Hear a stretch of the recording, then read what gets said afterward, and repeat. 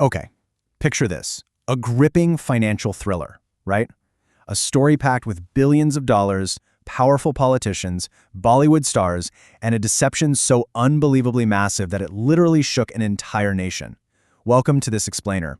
Today, we are unraveling one of the largest and honestly most audacious financial scandals in history, Sahara's massive 24,000 crore scam. And look, this isn't just a boring story about numbers on a balance sheet. It is a crazy saga of manipulated trust, unbelievable loopholes, and a staggering 24,000 crore rupee vanishing act. Okay, let's dive into this.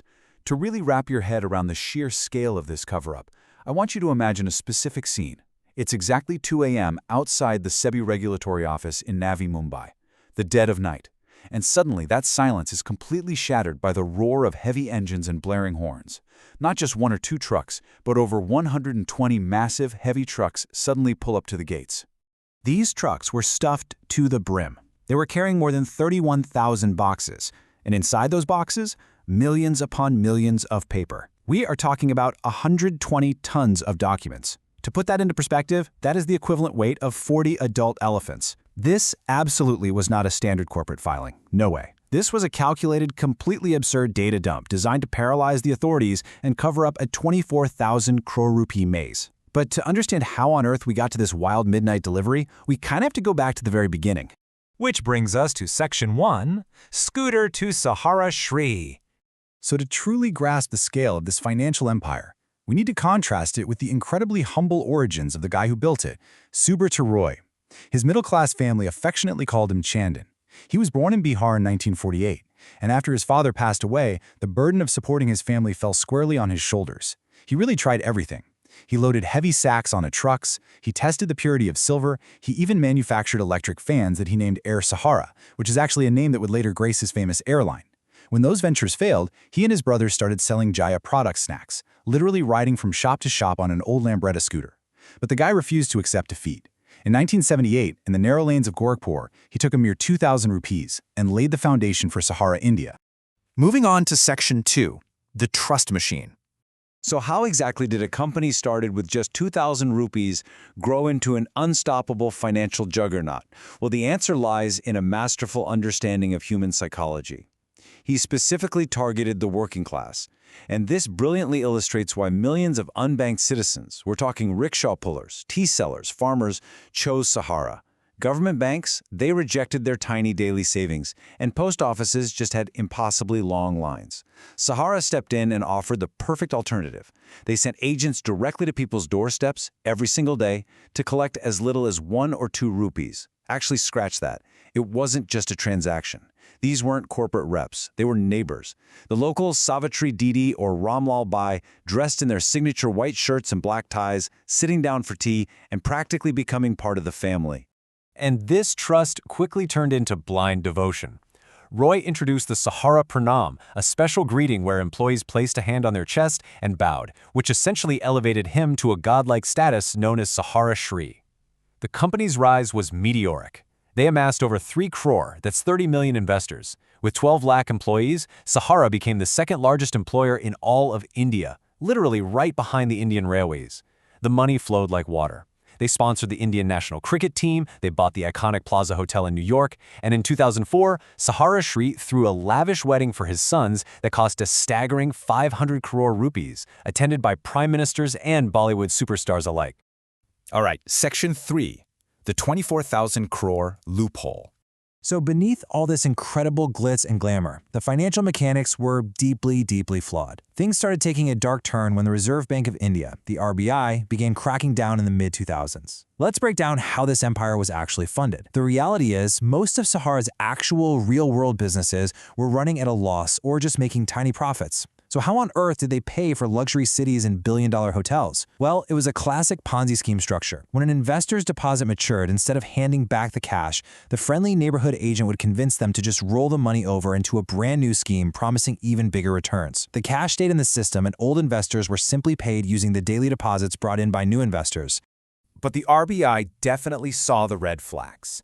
Starting in 2005, secret meetings were held on the 13th floor of the RBI headquarters. Despite repeated warnings, Sahara just brushed them off.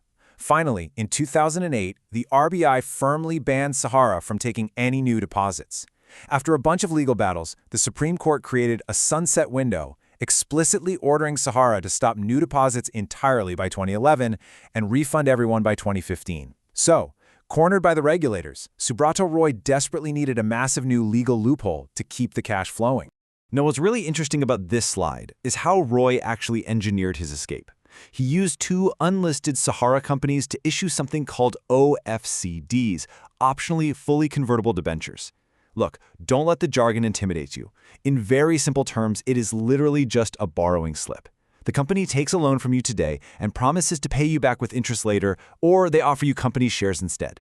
So the crucial point is the legal technicality Sahara exploited here. Under Indian law, if an unlisted company borrows from fewer than 50 people, it's a private matter. It's just regulated by the local government registrar. But the moment you cross that 50-person threshold, it automatically becomes a public issue, and you fall under the very strict oversight of SEBI, the National Securities Regulator. Well, Sahara blatantly ignored this rule. They secretly collected 24,000 crore rupees from nearly 3 crore people, entirely bypassing SEBI's radar. Which leads us to Section 4, Fake Names, Real Scam. Of course, no secret that Massive can stay hidden forever. The unraveling of this supposedly impenetrable empire didn't start with some dramatic police raid. It actually started with a tiny mistake and a really mysterious complaint letter. In 2009, Sahara got a bit greedy. They tried to list another real estate company on the stock market. CB officials started rigorously checking the massive 900-page application, and buried deep, on page 640, was a tiny footnote mentioning an ongoing income tax dispute regarding OFCDs in another Sahara company. Around the exact same time, a tip arrived from a chartered accountant named Roshan Lal, blowing the whistle on the whole bond fraud. The crazy part? Investigators later discovered that Roshan Lal didn't even exist. It was a fake name. But hey, the tip worked. A highly honest CB officer named K.M. Abraham launched an internal investigation. Let's move on and see how this builds into an absurd retaliatory data dump. It quickly escalated into one of the most bizarre confrontations in corporate history. When the Supreme Court ordered Sahara to hand over every single investor document to CB, Sahara retaliated with pure, unadulterated chaos. On the final day of the deadline, they sent 127 heavy trucks to CB's office to overwhelm them. Inside were over 5 crore application forms. Get this, if you stacked these papers one on top of the other, they would form 52 pillars, each as tall as the Qutub Minar in Delhi. It literally cost CB crores just to rent a warehouse to store and scan all this stuff. But as SEBI officials slowly started scanning and randomly checking the documents, the sheer absurdity of the fake investors was laid bare. The investor identities were laughably forged. You had people with major cities like Agra or Meerut listed as their actual first names. One specific name, Kalawadi, showed up exactly 5,984 times across totally different states, yet her husband's name and her investment amounts were identical every single time. And to top it all off, her agent was inexplicably named Hardawar, which is literally a famous holy city. Even the judges were stunned by this, asking in court how a person could possibly be named Hardawar. So, SEBI decided to test these addresses. When they mailed out 21,000 verification letters to the investors listed in those documents, the results were staggering. Out of 21,000 letters, only 233 people actually responded. The rest, entirely fake addresses. And this proved a terrifying reality. Sahara wasn't just defrauding the poor. The scheme was operating as a massive money laundering front. The fake names of the poor were basically being used to convert the black money of corrupt politicians, officials, and powerful elites into untraceable white money. Finally, Section 5, the tragic aftermath. As the net closed in, the grand illusion shattered, leading us to the dramatic fall of Subrata Roy.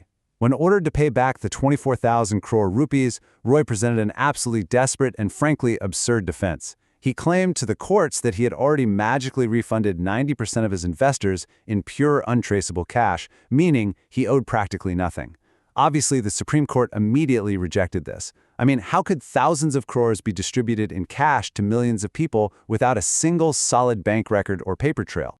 So the law finally caught up with Sahara Shri. In February 2014, the man who was once worshipped by millions was arrested by UP police in his palatial Lucknow estate and sent straight to Sahara jail. Though even behind bars, his immense wealth bought him perks like a personal fitness trainer, and he spent his time writing a book titled Life Mantra. Subrata Roy eventually passed away in a Mumbai hospital in 2023 at the age of 75.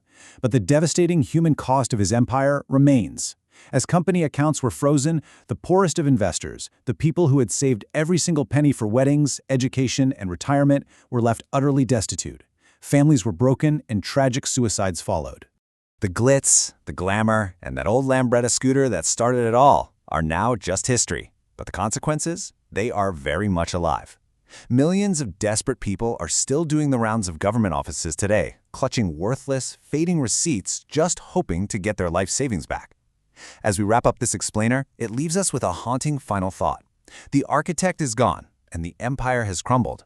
But in a system that allowed this manipulation to grow so incredibly vast, who is ultimately accountable for the billions that are still